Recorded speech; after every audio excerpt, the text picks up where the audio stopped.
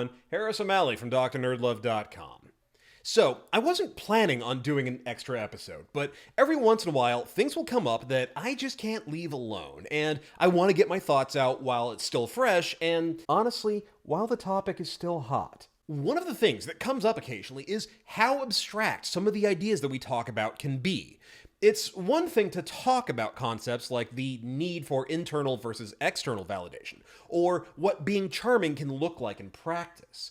That's why it can be handy to have an example to turn to, an easily accessible reference that can make some of these concepts a little simpler to understand as we watch them play out in front of us, which is why I like to do a series about pop culture that I like to call Learn From This. And now that Neon Genesis Evangelion is out on Netflix, we're going to take one of the most cerebral and philosophical and, in some cases, mind-f***ingly weird anime series out there and wring some self-improvement advice out of it. And just as a heads up, we are going to be talking about significant events including the end of the broadcast series and the movie End of Evangelion. So consider this to be your massive spoiler warning.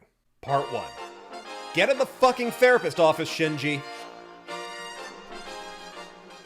One of the things that draws people into Evangelion is the character of Shinji Ikari. He is very much the audience's avatar, their entry point into their participation in this world. Something that is admittedly fairly standard for most anime series, and especially a mecha action series like Evangelion. In fact, over the course of the first third of the story, the series is an almost prototypical example of the genre. At first, you would be forgiven for thinking that it's going to be the same story that we've seen 1,000 times before, just standing out from the rest by being more visually striking than other similar entries, with designs, themes, and visuals other shows and movies would blatantly rip off down the line. Looking directly at you, Pacific Rim 2. Also, it may be more than 20 years old, but the theme song still slaps.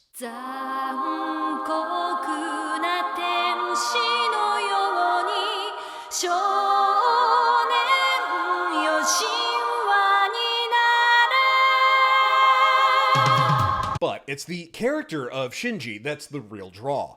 Unlike a lot of the protagonists in shows like these, he's kind of a whiny little He is pretty much in a constant state of anxiety and self-doubt, always feeling like he's been tossed headfirst into a life that is continually raging out of his control. He's overwhelmed by his responsibilities, alternately confused and scared of the new status quo he's found himself in, and he finds himself almost desperate for the approval of the adults around him. Especially his cold and distant father. Emotionally, he's a wreck. He has no self-confidence to speak of.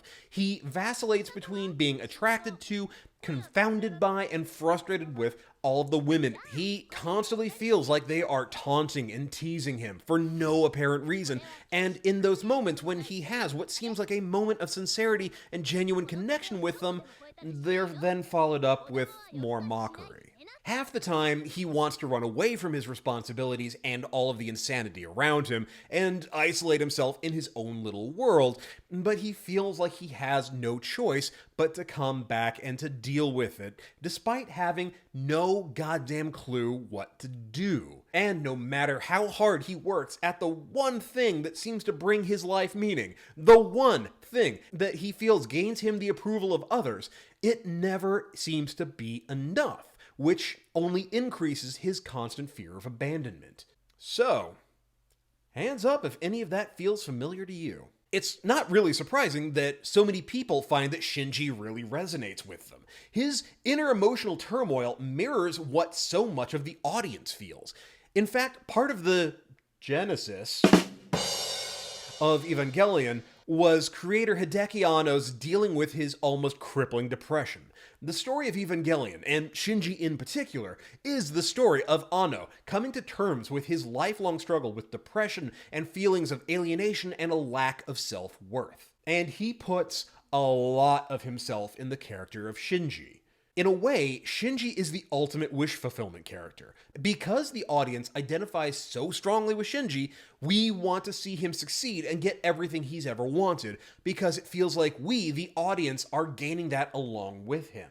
Just as importantly, though, because so many people identify so strongly with him, Shinji represents an opportunity to talk about how to achieve the goals that he and the audience share. The desire to find the happiness, validation, acceptance, and love that we and Shinji are longing for. But in a very real way, Shinji, and by extension the audience who identifies with him, is the author of his and their own misery.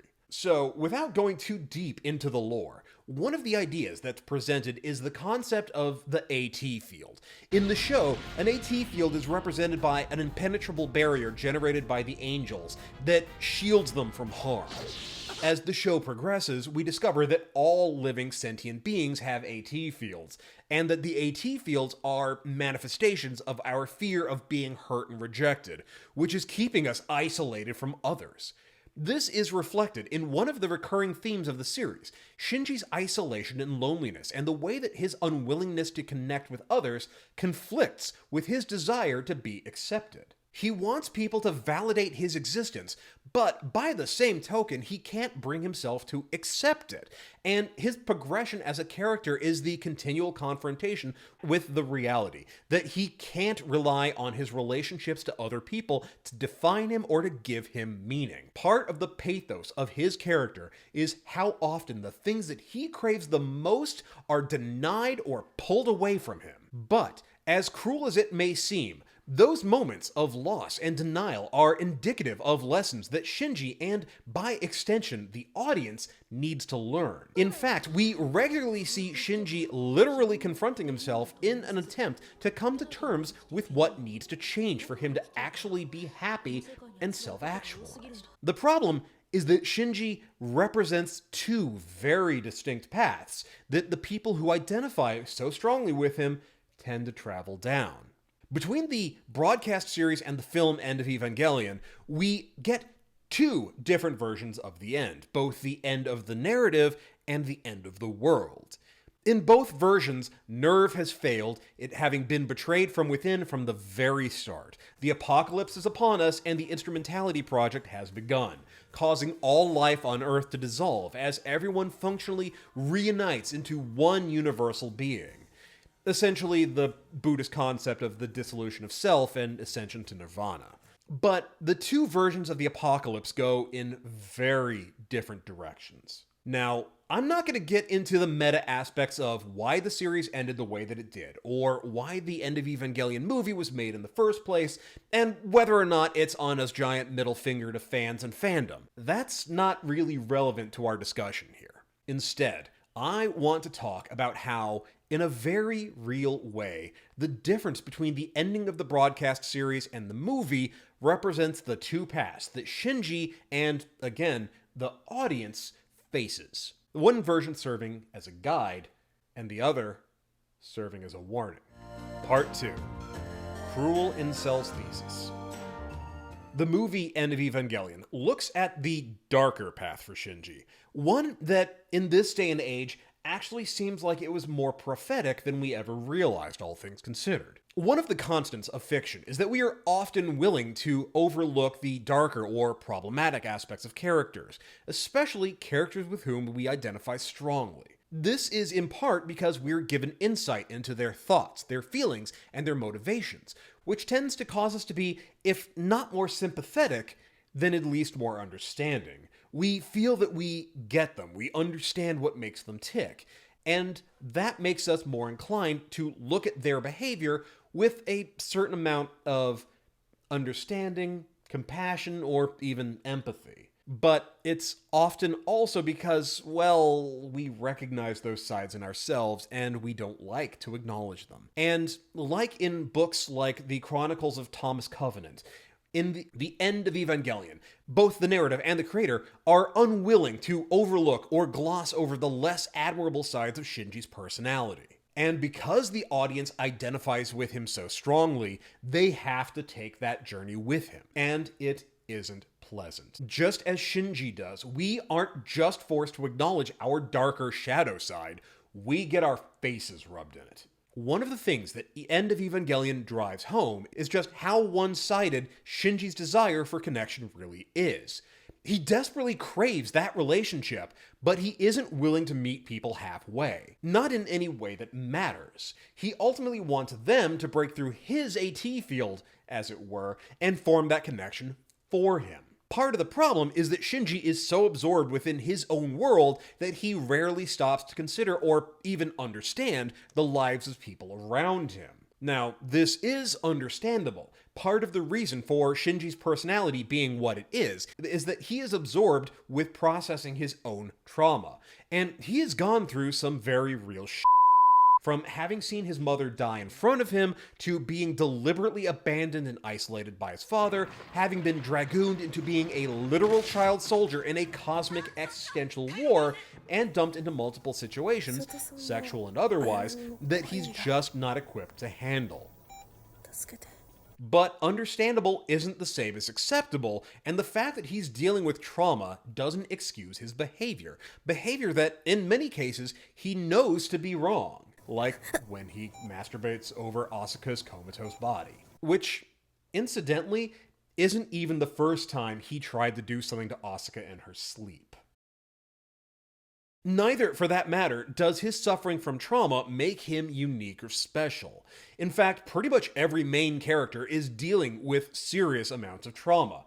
Asuka's mother killed herself in front of her. Misato was at ground zero for second impact and has to live with the knowledge that her father sacrificed his life so that she could live. Rei is isolated and abused by Gendo and Nerve. The fact that Shinji is dealing with some very real doesn't give him a pass, especially when the other characters, who are equally as traumatized, are proving to be more functional and self-actualized than he is. But the root issue here isn't Shinji's fear of connection or self-absorption, it's his unwillingness to confront it honestly or to work to find a solution. What he wants more than anything else is validation, but he's never willing to give it to himself.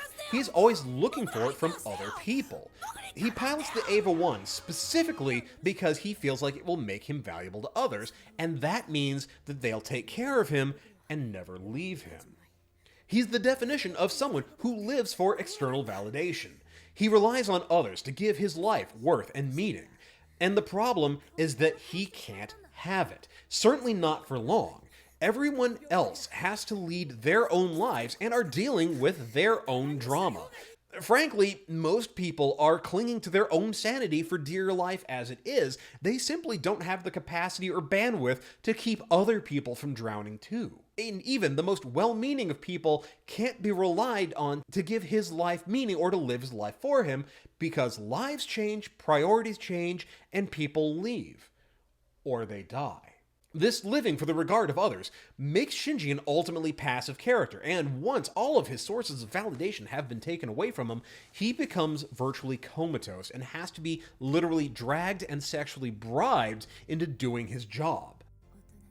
This version of Shinji is uncomfortable to watch because, honestly, it's seeing a version of him where the comforting excuses get scoured away, and we are forced to see him at the ultimate end of his path, where his sense of entitlement and resentment has blinded him both to how others feel, but also to the true reason why he's so miserable and lonely. He treats people like literal objects. He may feel awful about it afterwards, but not enough to stop in the moment. He gets angry that other people won't just give him what he wants: love, validation. But the issue isn't that what he wants is unreasonable or that he's somehow unworthy of it. It's that he's demanding of it without consideration for others, which reaches its ultimate expression in his sexual assault on Asuka's comatose body. Then, at the end of the world, Shinji has to confront his own existence and his choices and have his soul laid bare. He has no choice but to answer for his life and the decisions that he's made as the women in his life call him to account.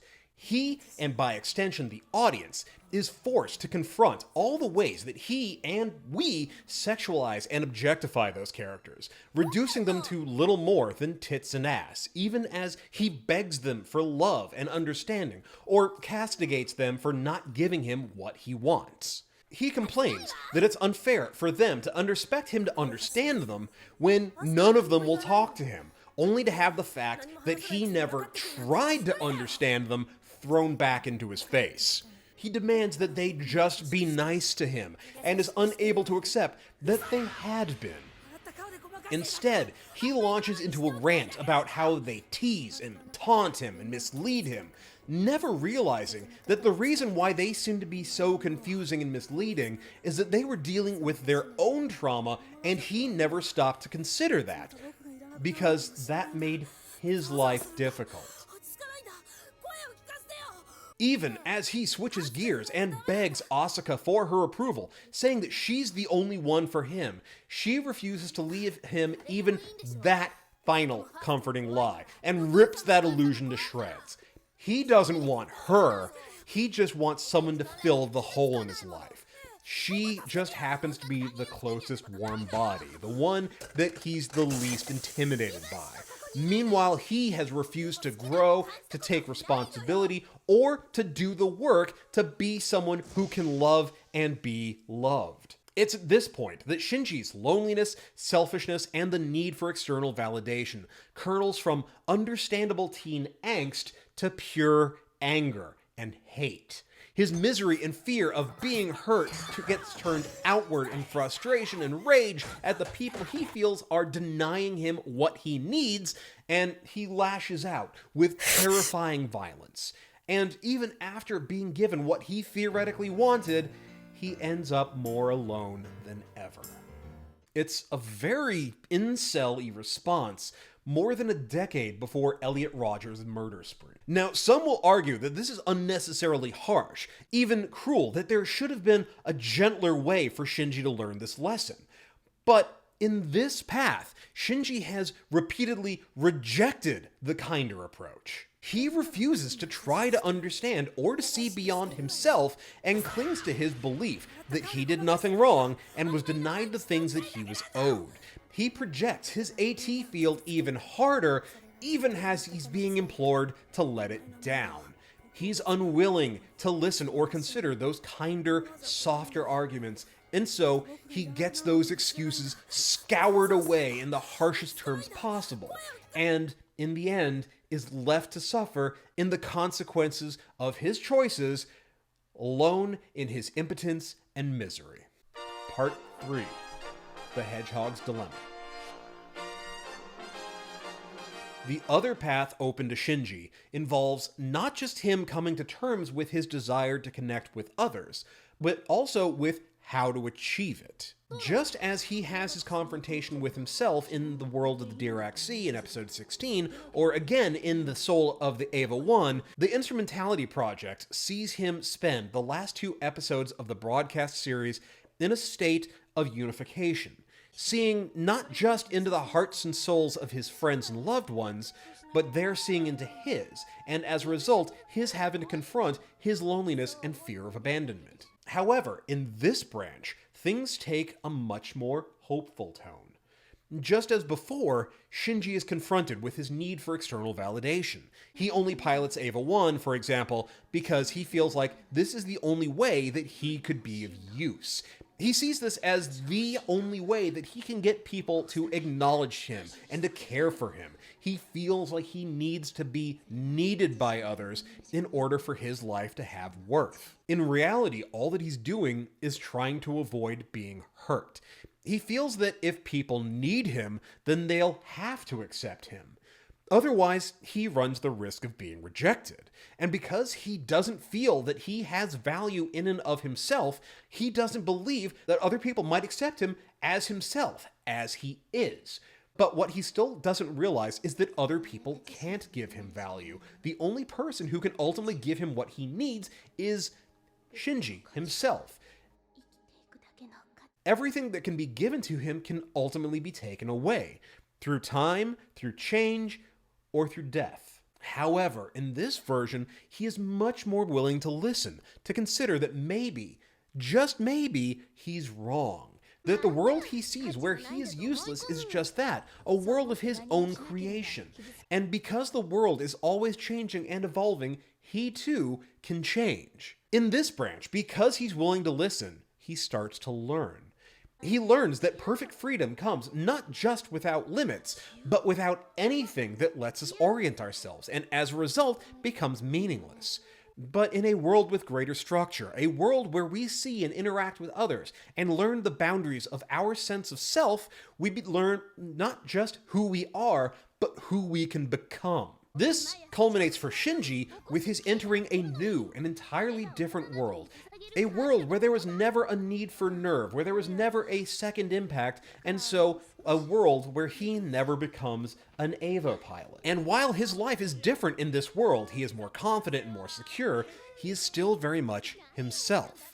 The more self-assured student and the anxious Eva pilot are still the same person. He has the potential for both inside himself. He could easily be either of those people or one of many, many others. So while his feelings of inadequacy and his fear of rejection is real, they are ultimately concepts of his mind to accept or reject as he chooses.